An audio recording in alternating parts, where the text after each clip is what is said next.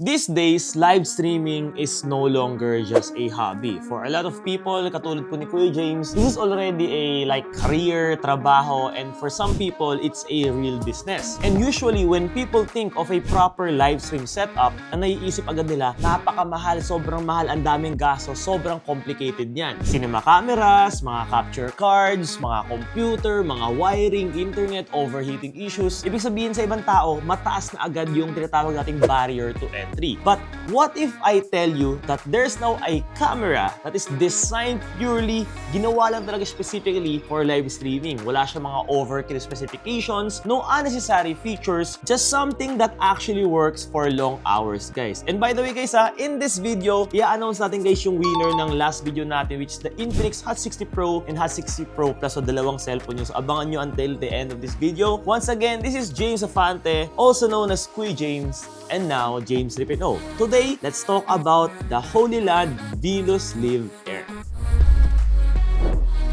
For context, guys, my usual live setup, guys, na ginagamit ko talaga actually right now is the Sony FX3 with a 24 to 70mm G Master 2 lenses. That setup alone, guys, honestly, is around $5,000 or around more or less 300,000 pesos. Like, isang camera. Like, itong camera na gamit ko right now sa harapan ninyo, ito mismo yung gamit ko na yan. It works really great. Like, ang ganda talaga, no question asked. Kitang-kita nyo naman. But for someone who wants to start live selling, like katulad din yung nanonood kayo, podcasting, or daily live stream, I think yung price point talaga ng camera na to ginagamit natin right now is gonna be really expensive para sa inyo. And again, that is where bakit nagkakaroon ng Holy Land Venus Live Air. So tara, unbox muna natin to. Let's go, guys. So right from the box itself, guys, actually kakarating lang nito kahapon and ginawan ko agad ng video right now kasi sobrang excited ko na talaga siyang gamitin. So tara, unbox na natin siya. Galing pa to mismo kay Holy Land International. Shoutout pala sa kanila for reaching out directly to us. So it's been a pleasure and napakalupit na pinagkatiwalaan tayong i-review tong camera na to, no? It's a 4K, I don't know, pakita sa kabilang camera. It's a 4K live streaming camera. Venus Live Air, I don't know, basta alam nyo na yun. So actually, packaging niya,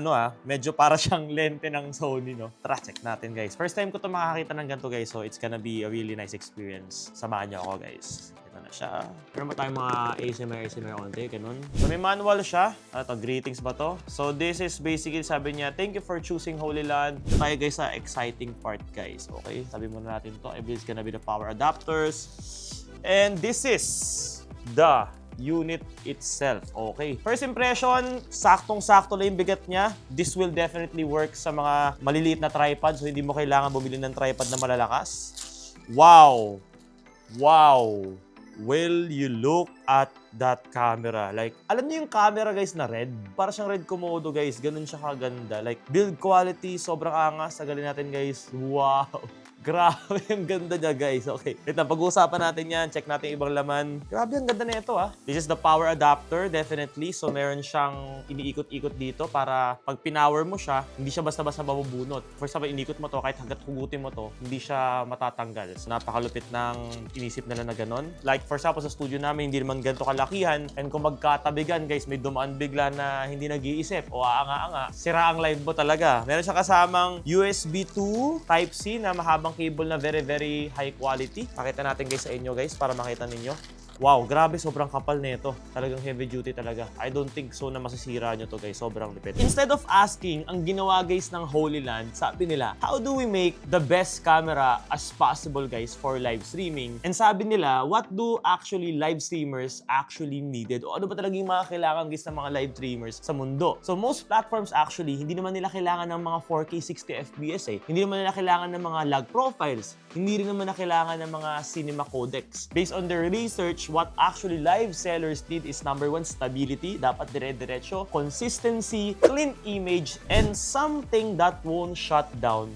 during the streams. Napakalaga po nun. And that's the reason kung bakit ginawa tong specific na camera na tong nakikita nyo sa harapan nyo ngayon. So the Venus Live Air shoots at 4K at 30 frames per second by using a 1/1.3-inch CMOS sensor with an aperture of f1.05 and a 50 megapixel sensor. In real-world usage, the footage will actually look clean, sharp, vibrant, and pinaka-importante, very usable even in low light since most of the live streaming katulad ng ginagawa natin will be actually indoor. For live streaming, this is already, I can say, the sweet spot. And real talk guys 4K 60 for sure naiisip mo. 4K 60 FPS on cinema cameras like the FX3 is honestly an overkill for live platforms because hindi naman po nila talaga tinatanggap yung 60 frames per second. So creating a 4K 30 FPS on a camera, hindi po nila nilimit, they just actually made kung ano pa talaga yung kailangan right now ng mga social media platforms. One thing guys na na-appreciate ko guys sa camera na to is yung pinaka-importante, which is reliability. This camera is designed for 24/7 non-stop streaming. Even like 2 weeks siguro continuous usage guys, hindi to mamamatay. No overheating, no random shutdowns. If you've actually done long Shopee or TikTok lives before, katulad ko, you already know how important yung bagay na to. Now let's talk about features naman guys, because actually this is where the Venus Live Air really makes sense for live streamers. First is plug and play setup, like literally sobrang dali. Meron siyang USB-C,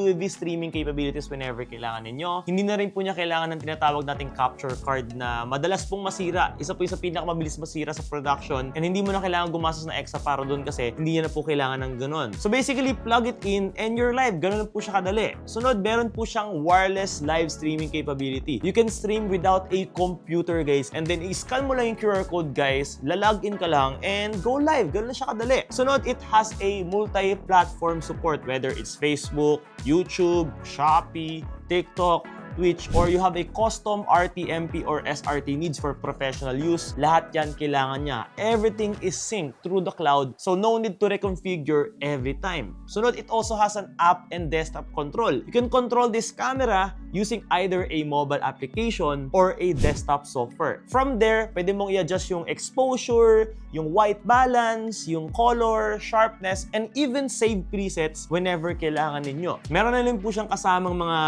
templated presets or mga ready presets if ever na kailangan ninyo kung sakaling hindi kayo marunong gumalaw ng mga custom settings na very friendly for beginners. So either podcasting, lifestyle streaming, or live commerce, pasok na pasok tong Venus Live Air na to. A lot of things people normally use is OBS, which is also ganun din po kami. And kinagandahan guys sa camera na to, built-in na po siya sa camera na to. So pag ginamit mo tong camera na to guys, you will already get an AI green screen, which is katulad guys nung nangyayari sa TikTok na pag nag-selfie ka lang, automatically nagkakaroon na po siya ng wrapping and nakikita yung background. It also has image overlays, text and graphics, skin tone adjustments whenever nagbebenta kayo ng mga beauty, talagang nangyayari po talaga yan. And also color correction whenever kailangan ninyo. So instead of fighting with software, most of the beginners out there like hindi nga nila alam kung ano yung OBS guys you can just focus on talking, selling, and hosting by this camera. So instead of spending $5,000 or around $300,000 katulad ng ginawa ko guys, this camera actually guys, magugulat ka, super fraction of the price for only below 30,000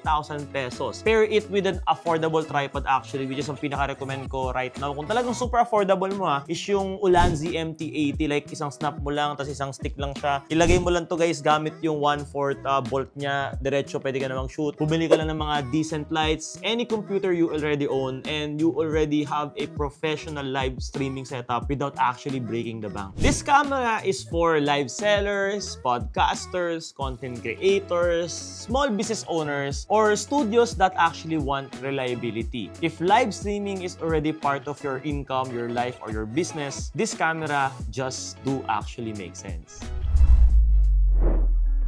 The Holy Land Venus Live Air is actually not trying to replace cinema cameras. It's built to, number one, lower the barrier to entry sa live streaming, remove unnecessary complexity, and make professional live streaming really accessible para sa mga nagsisimula. So if you want a camera that actually works for long hours, consistently, stress-free, this is, I can say, one of the very smartest choice right now, this 2026. So that's our full review of the Holy Land Venus Live Air. So if you're serious about live streaming guys like podcasting or even content-based lives, this camera is definitely worth checking out. I've attached a direct link in the description below guys with the best prices guaranteed right now in the market. Check nyo na lang guys, nandyan po sa baba. Don't forget to also drop your question in the comment section para masagot natin guys sa mga susunod na video. Like this video if this helped you, and subscribe for more real world tech reviews. And by the way guys i-announce ko na yung winner right now nung last video natin, which is the Infinix Hot 60 Pro and Infinix Hot 60 Pro Plus. So This is 2 winners in 1 video, guys. Kung nakikita mo yung pangalan mo right now on the screen, guys, so go i-message mo na yung Facebook page natin, Kuya James Afante, with blue check mark to claim your prize. So once again,